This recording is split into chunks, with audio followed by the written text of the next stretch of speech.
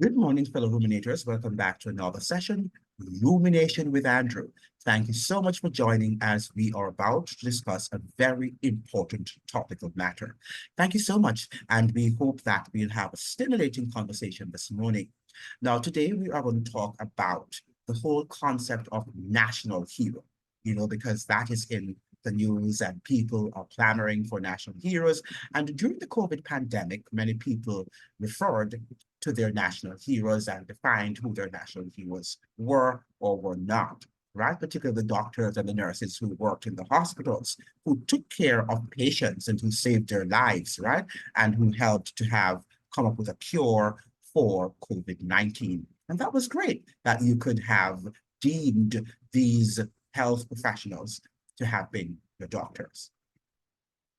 The whole concept of national hero can be mythical and it can be something that is true. And it's very important that we hold our national heroes or people who we think or we consider to be national heroes to very high, level. Or we should not in any way try to idolize them and make them into saints and to gods. And that is what people say. Oh, when we talk about national heroes, we're not talking about saints. But the media project them as saints, as people who are not people of clay. I remember during the pandemic too, people hailed, for example, Dr. Fauci as, hail Dr. Fauci, right? He was America's doctor. And that is interesting because one of the things that we ought to do is to be able to look carefully at characters when we want to make them our national heroes. In the context of Jamaica, we see a lot of people clamoring for Bob Marley, the king of reggae, to become a national hero. And when you ask people why, they become offended and they begin to robotically articulate things that other people say. Because that's what we do. We tend to listen to what others say. We do not read for ourselves and formulate our arguments carefully. What we do, we listen to what the media is saying or is not saying, and then we articulate the same. So many people will say, if it were not for Bob Marley, we would not have had a very thriving tourism sector. It means, therefore, that the Bob Marley's image attract hundreds of thousands of tourists to the island. Where is the fact? Where is the evidence? I don't think anybody can give that raw evidence. It's just a matter of speculation. Now, when I pose the question to these same people, like, what is Barbados? Barbados is a small island of barely over 300,000 people, and they attract millions of tourists to the country every year. And people like the vibes of Barbados based on what I've read and all the people who have visited Barbados from all over the world, particularly coming from England, because it is known as Little England, right? Barbados, the Little England.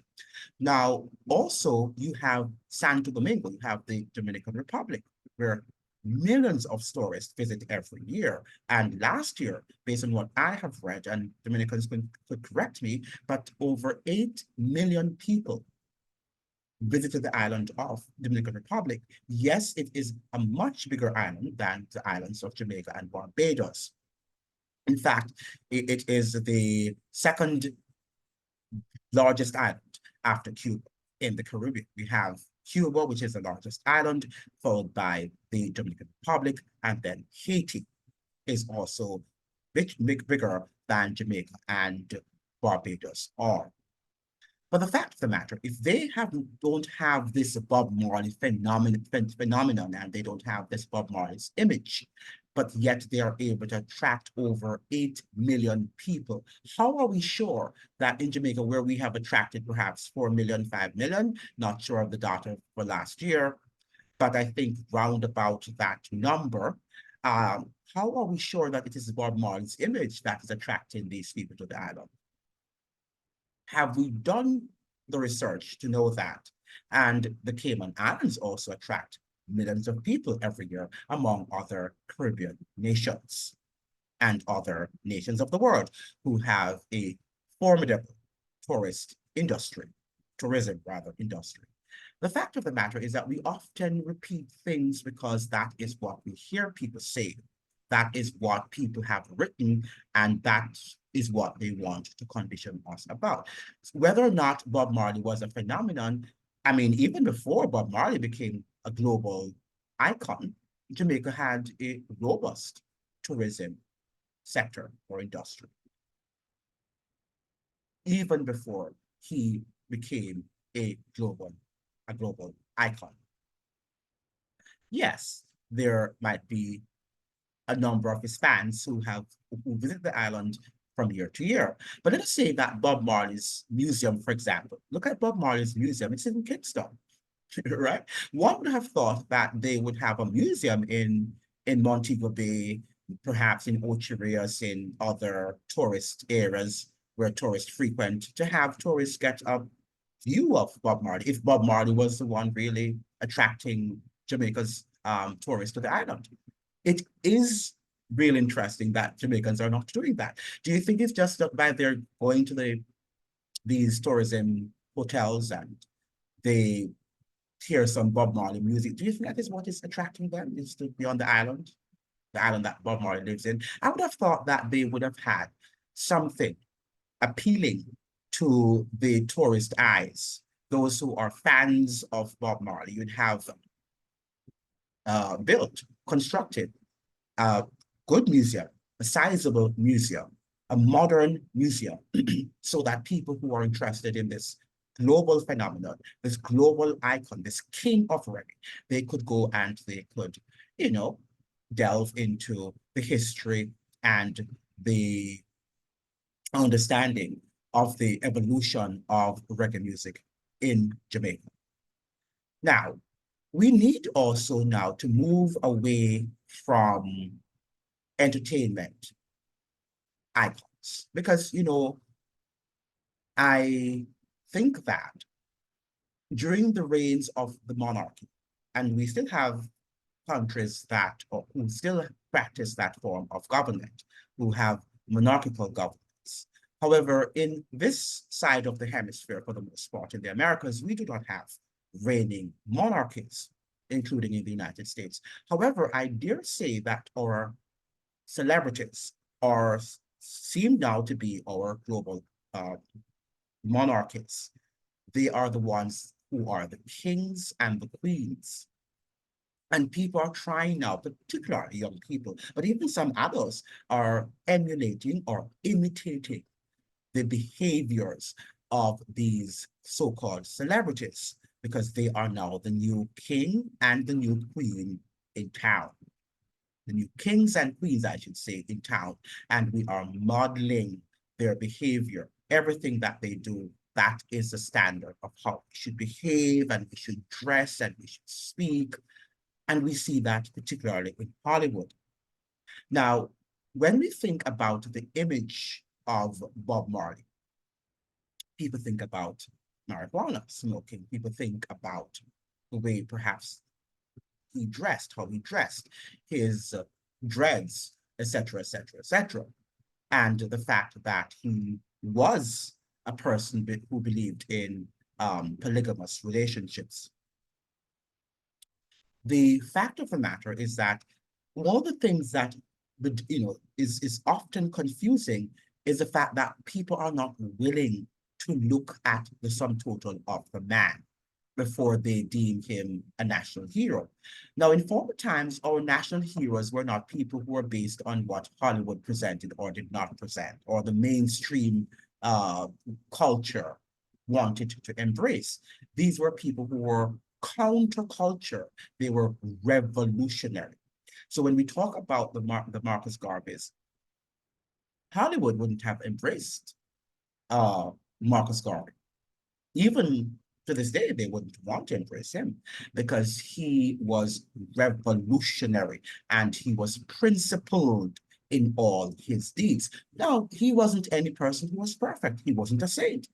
He was a man of the clay, right? And just like any of us who was susceptible, who was vulnerable to making mistakes and to making errors. So don't believe that when people talk about national heroes, it means therefore that they have to have the sainthood, they have to be saints, because that is not true. Nobody is a saint, and that is why that belief system, that doctrine that the Roman Catholic Church preaches of sainthood is spurious. It is false. It is not biblical, because God does not teach that any human being is a saint. And we can't make ourselves into saints. Only God can do that by his almighty power.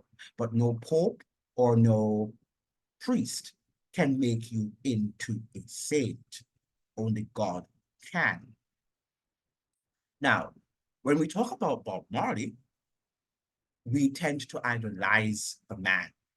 And then when we idolize him and people bring forth other serious character defects, you begin to be offended. Why? Because you've already idolized him. You have elevated him to the status of sainthood that you cannot see any errors that he made.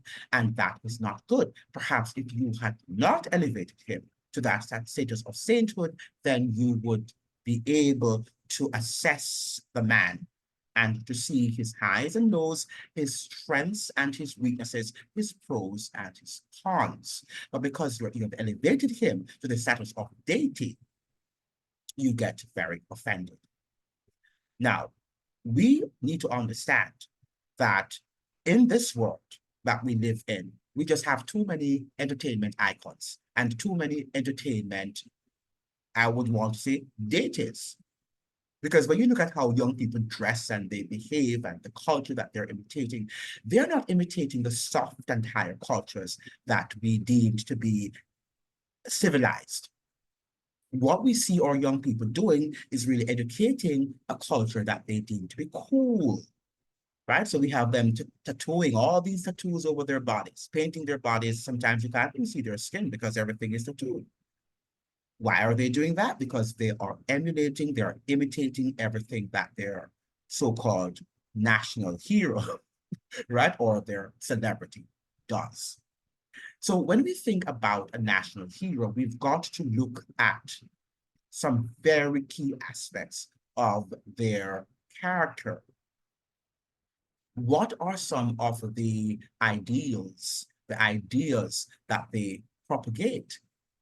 And will those ideas, those values, those virtues help to build civilization, or will they help to destroy our current civilization? We've got to be able to have these open and transparent discussions. In light of Jamaica, we've had too many entertainment icons, right? Because Jamaica is packed with entertainers. And in the music arena, everybody is a DJ, everybody sings, and everybody wants to become a Bob Marley. Now, how are we going to build a civilization, a Jamaican civilization, a Jamaican culture just barely on, or just merely on entertainers? Can we? And which other civilization that you are aware of in history or in present time that has built its civilization only on entertainment, only on dancing and singing and making a fool of yourselves? Hmm? Now, we've got to be able to ask these hard questions. And Jamaica, for example, has not built up its economy in the way that Barbados has done, and perhaps other Caribbean countries. It does not have that economic base, that strong economic base. It always talks about, whenever it goes into relationship with these transnational corporations, that yes, these people are going to come and invest and help us to come out of our economic rot and ruin. And that has never happened. We continue to do the same things over and over again, even though we know that they do not work. And that is a sign of insanity. Right? So we must say that the current political infrastructure in Jamaica is built on insanity, because we continue to do the same things over and over again. The IMF has come and gone over and over again. And every time they come, we tell our people that they come with a bitter medicine and they should ban their bellies. And they should wait for prosperity. And prosperity has never come. and will never come because everybody understands in the economic realm, in the economic sphere, that the neoliberal structural adjustment program of the IMF and the World Bank does not work and is disastrous for any country, more so an impoverished country like Jamaica. But it's almost like we are not really taking stock. We hear this coming from the university down there that there's no other option. You have to drink the better medicine. And a lot of times, just like what takes place in the US, the high debt that we have accrued was accrued by the elites, right? They rack up the debt. These elites rack up the debt. They're the ones who have benefited from the debt. Yet still, the masses of impoverished people on the island have to carry that weight, that economic weight on their shoulders. They're the ones who have to ban their bellies, but the elites are not banning their bellies. In fact, they are being enriched. The Jamaican elites are being enriched while the masses of poor people on the island are daily being impoverished. And they talk about inflation and they tell you that inflation is doing well and people say, and you believe that. But when you go to the markets, the supermarkets to buy your groceries, that is a different story. People are constantly seeing inflation on a daily basis. And people, in many cases, cannot even buy food. They cannot be able to plan a budget for a month in terms of their groceries because the prices of food continue to rise weekly, if not daily, in the supermarkets in Jamaica. And yet still they have been saying the same thing every year, year upon year after independence, that things are going to get better. And they'll give you these expressions like, oh yes, things have been decayed for so long, colonialism and slavery, so it will take years to be able to build up. Right? Now, why has Barbados built up that quickly? And why are their people much more elevated than Jamaicans are, even though they have not created a global icon at the status of Bob Marley? Yes, well, we have now Rihanna, but I don't think Rihanna is still yet there as at the level of Bob Marley. Maybe she is, I don't know. One of the things that we need to understand also is that the world in which we live right now is different from the eras in which Bob Marley was living. So in Bob Marley's days, we didn't have the level of globalization that we have now. All these cell phones and people are interacting with people all over the world. And you can go on YouTube and you can see Bob Marley's music, you can see you can see the face of Jamaica, you can look at different hotels on YouTube and all of these technological gadgets that we have at our hand. So back in the time, Bob Marley might have had some, responsibility in bringing tourists to our island, but not now because people see it on the media, on big tech. We don't need Bob Marley to send people to Jamaica, right? Yes, the hype of a movie might send a few people there, but it's not going to be consistent if we do not build an infrastructure that is safe and in which the tourists can move around and learn more, immerse themselves in the Jamaican culture. Gone are the days when people just want to stay in an all-inclusive hotel and just dance and sing. People want to move around and they want to explore the culture of the country that they're visiting. But Jamaica has this sort of ancient modality in terms of justice, all-inclusive, and you go there and let's get together and feel all right. That's all what it is about. Another thing about Bob Marley that people will tell you, and the reason for which he should become a national hero, is that he preached peace and love around the world. Now, there are lots of politicians who preach peace and love around the world. There are lots of pastors who preach the gospel of peace and love around the world, and they will be lost because they themselves never practiced it. Right? So we have to look very carefully at what we say when Bob Marley preached peace and love and unity around the world, because peace and love and harmony and unity around the world have to be built on truth. It's not just saying that we want peace and we want love, because love and peace and truth have to be built on truth. Because when you think about love, you're thinking about relationships. And let us look carefully at a relationship between a man and a woman, whether it be a husband or a wife or boyfriend or girlfriend. If the boyfriend is saying to the girlfriend, I love you, or saying to the wife, I love you, I love you, I love you, without showing it, or if that relationship is not built on truth, where you can look carefully at the deeds of the husband or the deeds of the boyfriend to see that he loves his wife or his girlfriend, then it doesn't matter anything. That relationship is not going to last. Right? So it's not just about somebody including something about peace and love. Was Bob Marley something a war monger?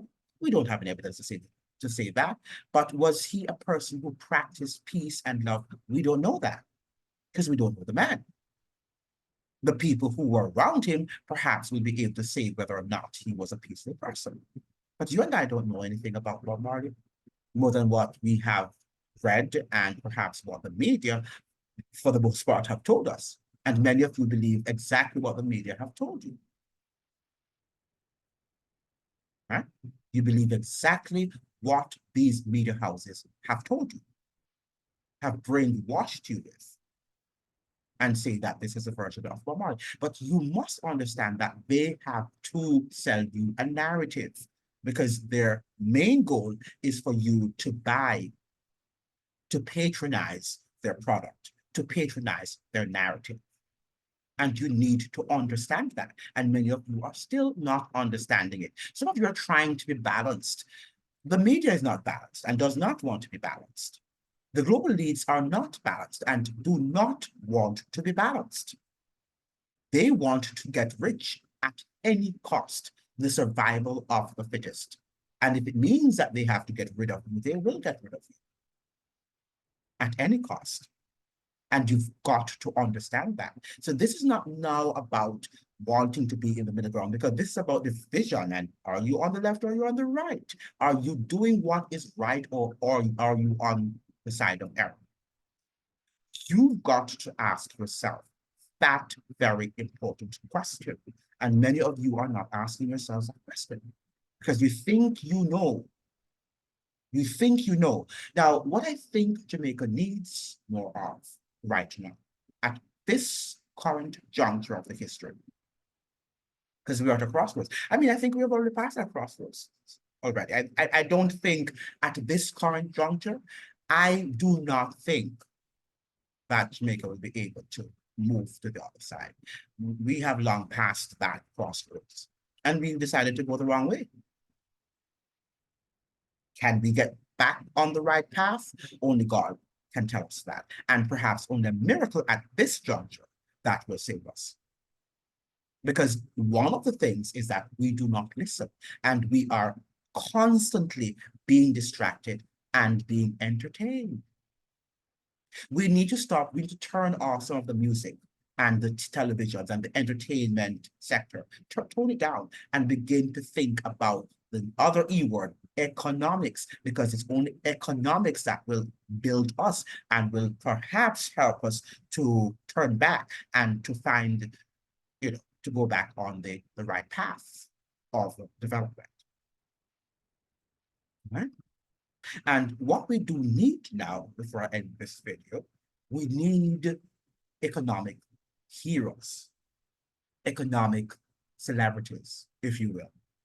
And not the celebrities in terms of just telling us that this neoliberal agendas or neoliberal policies are working, because they're not working.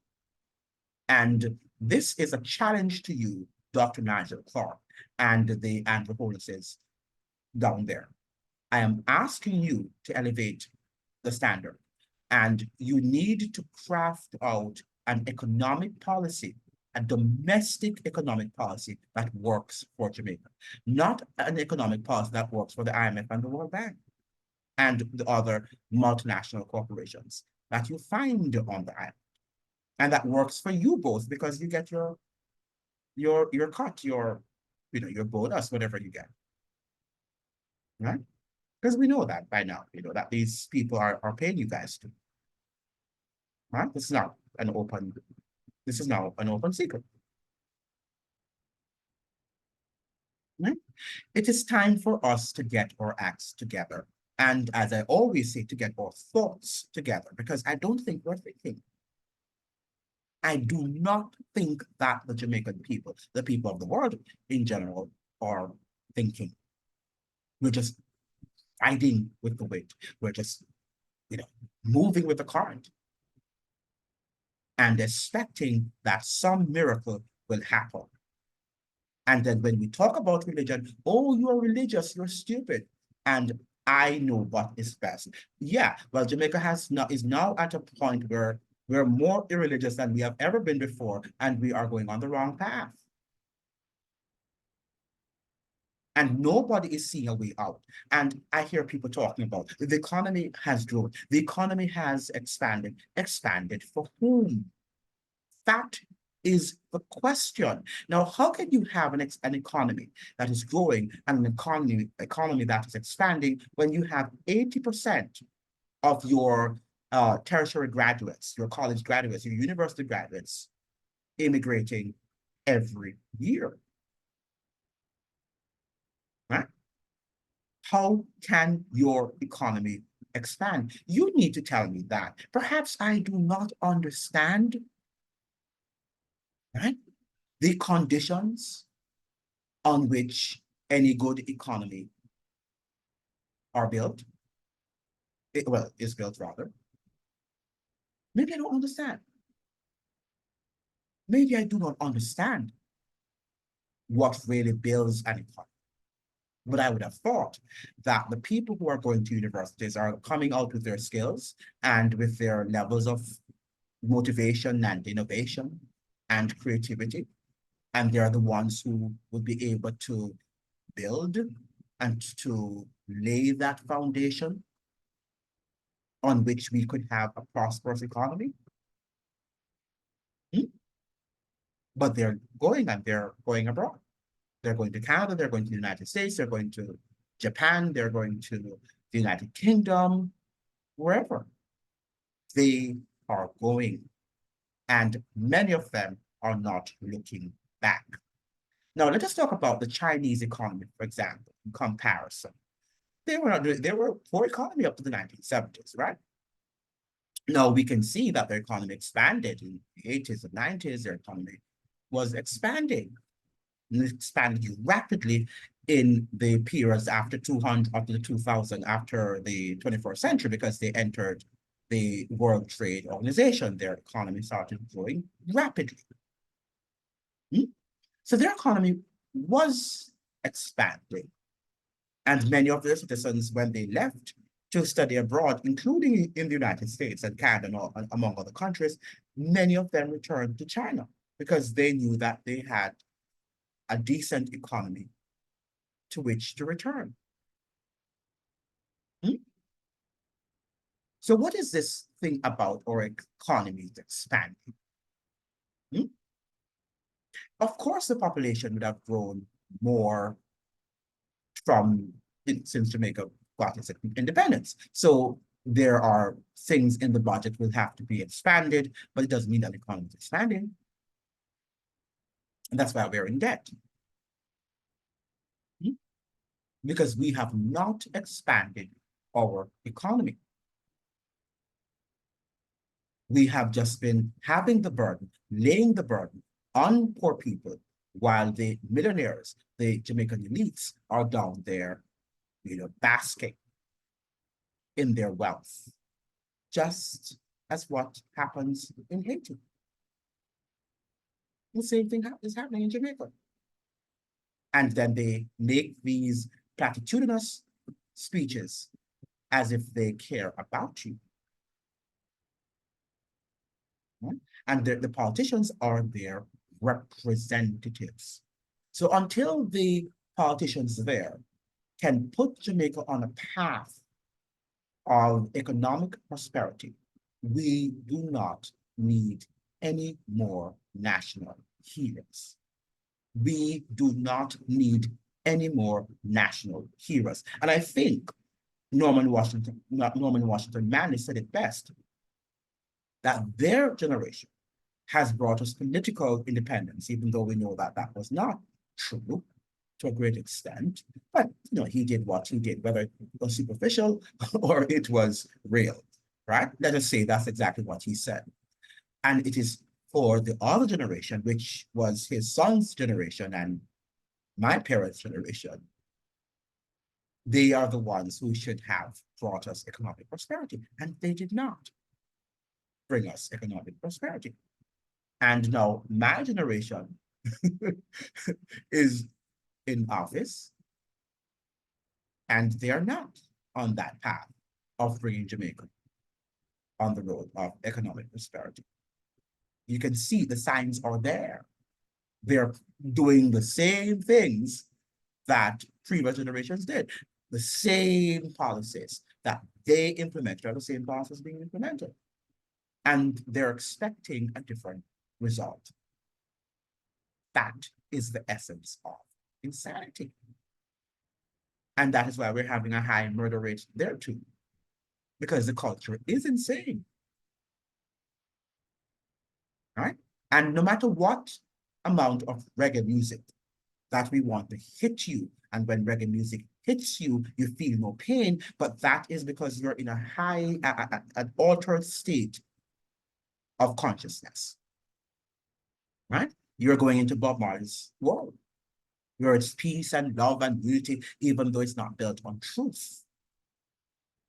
Because there can be no peace and love and harmony if it is not built on truth and the unadulterated truth. Right? But you continue to talk. You continue to think that you can be in the middle ground because Bob Marley is this and Bob Marley attracted and he did a lot for Jamaica. And my question to you, what did Bob Marley did for Jamaica? What did he do for Jamaica? What did Bob Marley do for Jamaica? Right? Yes, he brought some light on the country and people know the island. And they say, wow, they see you, Jamaica. They say Bob Marley. But they can't say any other thing. That's all you want them to know about your country, Bob Marley? And entertainment? Right? We got to be a little bit more intelligent. And right now, the conversation is so low that it's sometimes nauseating to be engaged in conversations with people because they fail to think for themselves. They just want to run with the wind. And anywhere the wind takes them to, even if it takes them far away from economic prosperity and development, they are going to go with that wind. And I've always said to you, when you see people, the majority of people riding with the wind and riding in a direction, you are definitely, definitely that you are on the wrong path. It is when you see a few people, very few for the most part, that you will know that perhaps you might be traveling, perhaps, and you still need to question, but you can say with a little amount of comfort that perhaps you are traveling on the right path. For this reason, the very Bible says, few are called, many are called, but few are chosen. Many. So many will say things and they will say hallelujah and behave stupidly, but they're not practicing what they preach. And as a result of that, they are going to fall.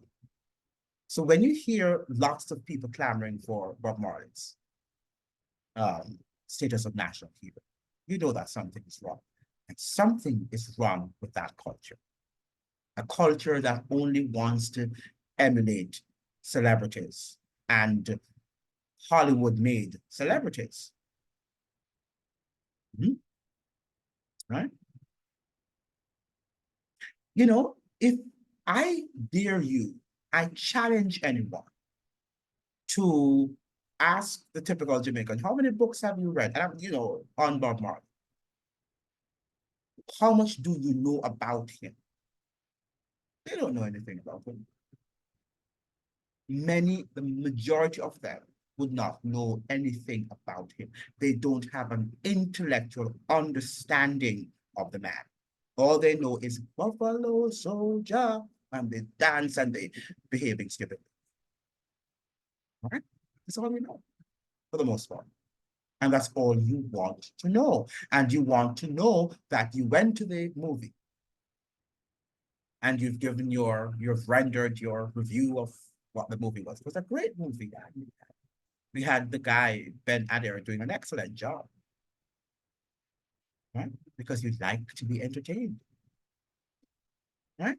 You like to be entertained.